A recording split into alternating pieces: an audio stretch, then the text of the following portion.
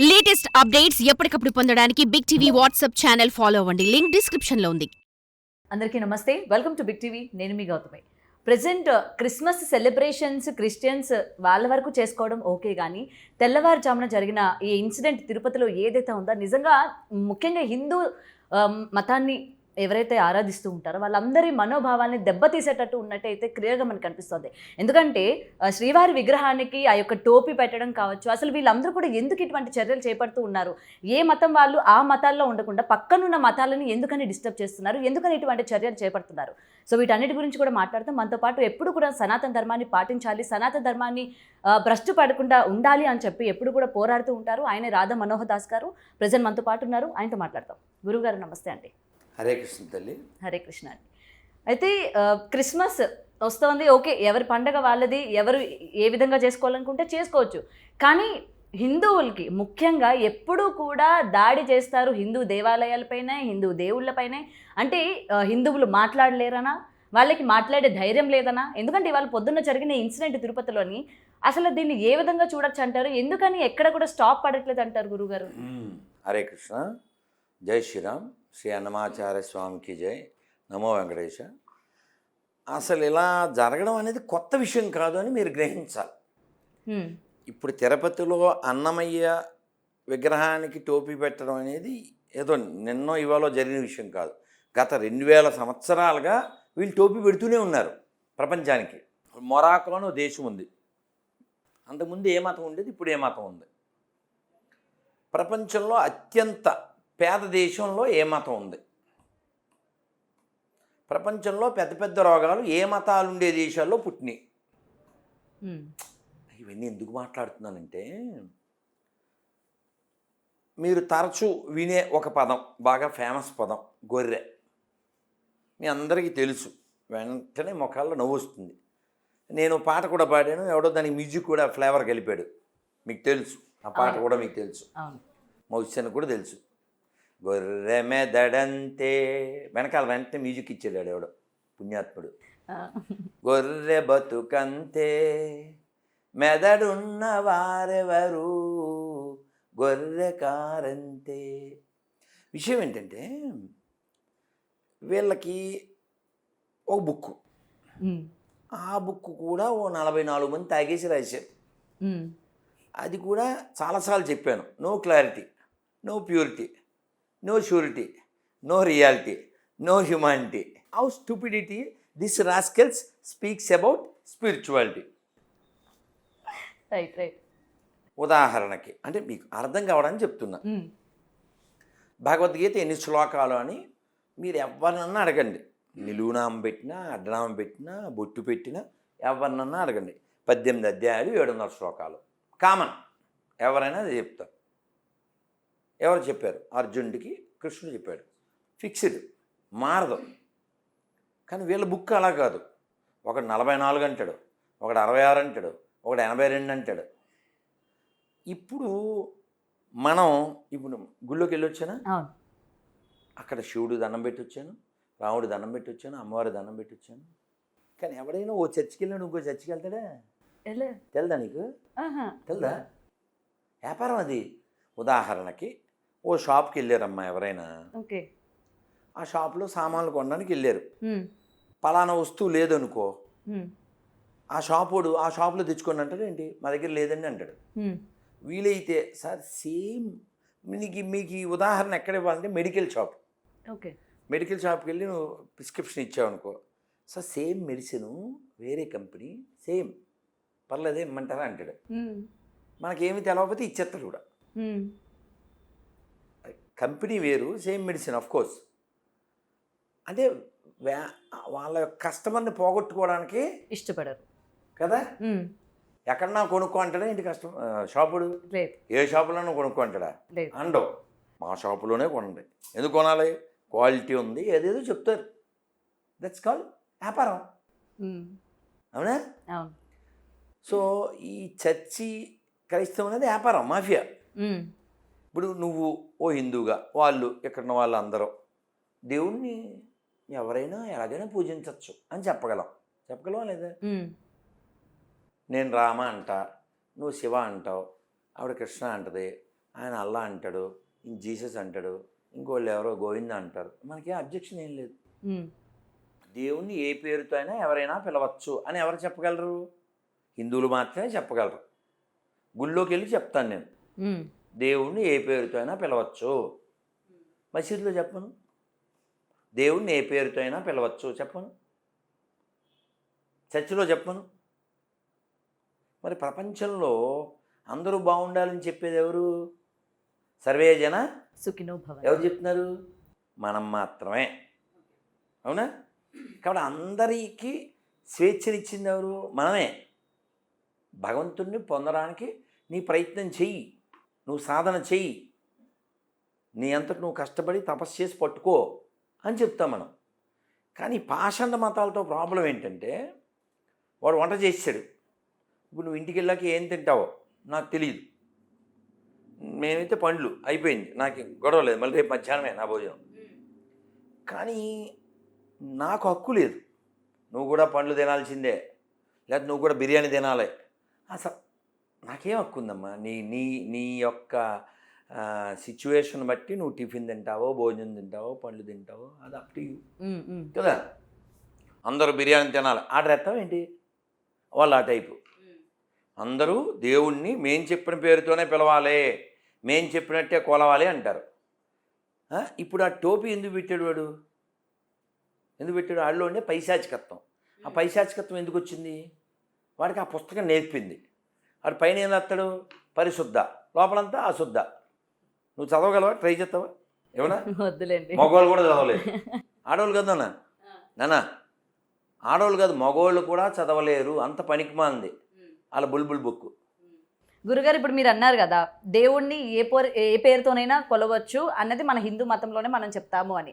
అయితే హిందువుల్లోనే అటు జీసస్ కావచ్చు, ముస్లిం కావచ్చు, వాళ్ళని కూడా మనం కొలవచ్చు అని, అంటే అన్ని దేవుళ్ళు ఒకటే అని చెప్పి పిల్లలకి నేర్పించాలి, ఆ మతం వేరు ఈ మతం వేరు అన్నది వద్దు అని చెప్పి పేరెంట్స్ నేర్పిస్తూ ఉంటారు. దీన్ని మీరు సమర్థిస్తారా? ఖచ్చితంగా. చెప్పు తీసుకుని చెప్పులు బయట ఆల్రెడీ చెప్పు పట్టుకుని జితేందర్ రెడ్డి సినిమా హాల్లో చెప్పు పట్టుకుని చూపించా. ఎవరైనా సెక్యులరిజం అంటే చెప్పు తెగుద్దని, అంటే ఆ చెప్పులు మార్చాం, కొత్త చెప్పులు వచ్చింది. కామనే, చెప్పులు అయితే కామన్. ఎందుకని? అబద్ధం కదా. ఇప్పుడు నువ్వు ఊరికే పోలిక కోసం చెప్తున్నా, నువ్వు ఇక్కడ నిలబడి అనుష్కను నిలబెట్టి మేమిద్దరం సేమ్ హైట్ అంటావా ఏంటి? అంటావా? అనలేను. ఎందుకనలేవు? నేను కాదు కాబట్టి కదా. 5,000 సమానమా? కాదు. అమ్మ బొమ్మ సమానమా? కాదు. గుళ్ళో నంది ఊళ్ళో పంది సమానమా? కాదు. ఆవుని మేపేవాడు ఆవుని మేసేవాడు సమానమా? అన్ని మతాలు సమానమా? కాదు. నేను ఎందుకు చెప్పాలి? అబద్ధం ఎందుకు చెప్తాను బుద్ధి లేకున్నాను? కాకపోతే ఏంటంటే ఎప్పుడు కూడా రాధా మనోహర్ దాస్ గారు చిచ్చులు పెడతా ఉంటారు మతాలకి, మనుషులకి అని అంటూ ఉంటారు. నిజమా అబద్ధమా? నిజమే మీరు అన్నది. నేను ఇదే టీవీ ఛానల్లో పబ్లిక్లో రోడ్డు మీద క్షమాపణ చెప్తాను కూడా చెప్పానుగా. మరి చెప్పించచ్చుగా. నువ్వు నాతో ఏం చెప్పావు అంటే నేను అనుష్క సేమ్ అయితే అని చెప్పావు. అయితే నుంచో అన్నా, అబ్బాయి నేను నుంచోను, నేను సేమ్ అయితే అంటున్నావు. ఇంకా నువ్వు అబద్ధం ఆడుతున్నావు, నువ్వు తెలియట్లే.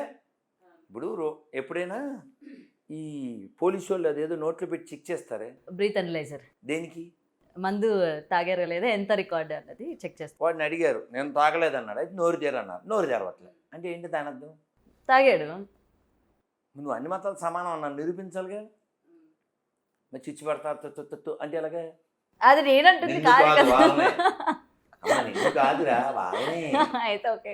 ఆన్సర్ లేని వాళ్ళు, క్యాన్సర్ పేషెంట్లు వాళ్ళు, అదే ఏదో స్పాన్సర్ చేస్తున్నారు కాబట్టి అలా వాగుతున్నారు వాళ్ళు కదా. ఇప్పుడు మీరు ఓసారి సెల్లో కొట్టండి, ఈ గొర్రెలకి లీడర్స్ వస్తారు. గొర్రెల లీడర్స్ అంటే ఎవరు? పాస్టర్స్, బాస్టర్స్, భూమి మీద పారాసైట్స్, ఏమాత్రం ఉపకారం. ఇలాంటి దరిద్రులకి జీతాలు ఇస్తాయి గవర్నమెంట్లు. ఇప్పుడు పూజారి ఉన్నాడండి, ఆశీర్వచనం ఏం చేస్తాడు? శతమానం భవతి శతాయుష్ పురుషేంద్రియం ఆయుష్యేవేంద్రియే తిష్టతి. 100 ఏళ్ళు ఉండాలి, ఆరోగ్యంగా ఉండాలి, ఇది కదా దీవించడం. అవునా? మరి పాస్టర్ దీవించాలంటే ఏం దీవిస్తాడు? సర్వేజన సుగుణ భవంతులు అంటే నేను దీవిస్తారా? మా వాడి నామమున అంటాడు. అవునా?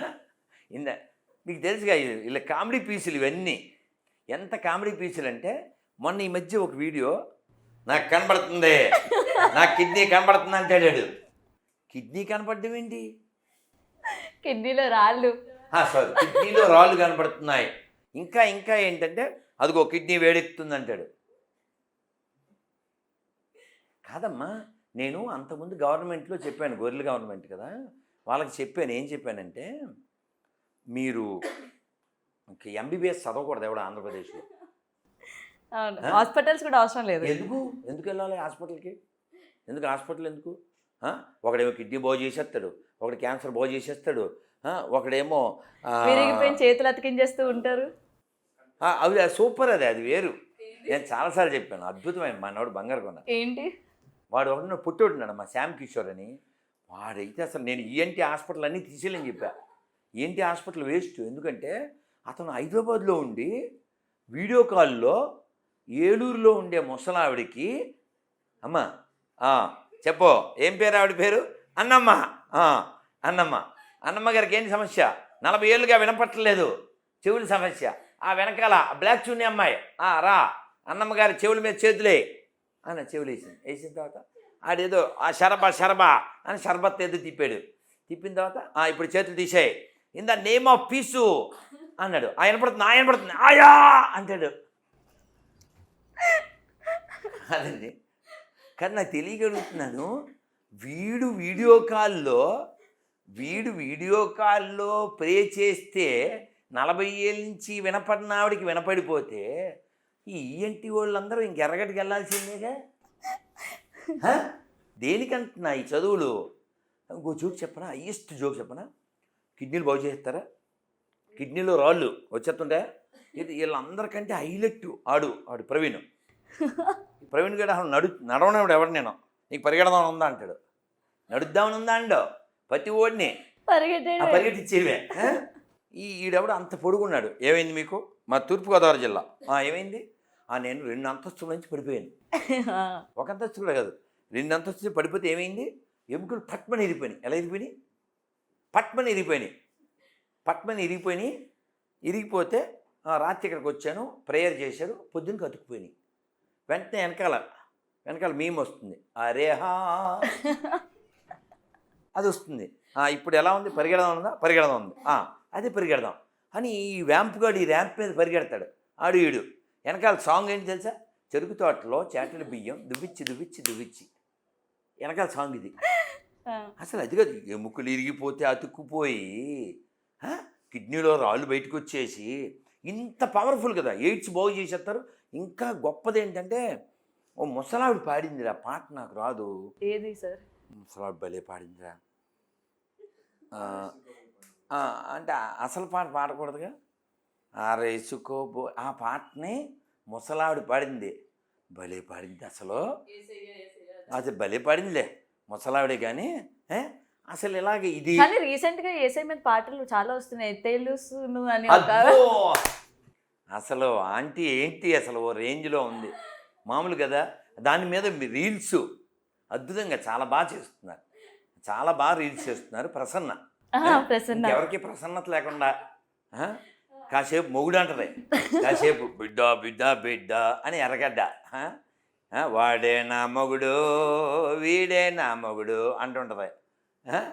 సో ఇక్కడ పాయింట్ ఏమిటంటే, అమ్మ ఇన్ని రోగాలు తగ్గించేస్తారు కదా, పెద్ద రోగాలు తగ్గించేస్తారు. క్యాన్సర్లు, ఎయిడ్స్లు, కొన్ని ఇళ్లల్లో అయితే దోమలు రాకుండా ప్రే చేస్తే దోమలు రాకుండా, బొద్దింకలు రాకుండా, ఎలకలు రాకుండా. ఆయన దేవుడా లేకపోతే పారిశుద్ధ కార్మికుడు. పరిశుద్ధ గ్రంథం పారిశుద్ధ కార్మికం, ఇదే టైటిల్ మన వీడియోకే. పరిశుద్ధ గ్రంథం పారిశుద్ధ కార్మికుడు. అది పారిశుద్ధ కార్మికుడు వాడు, వాళ్ళ గాడ్డు. ఇంకందుకని ఇది ఎలకల్లో దోమలు అన్నింటినీ తరుముతుంటాడు. For more videos like this, subscribe Big TV channel.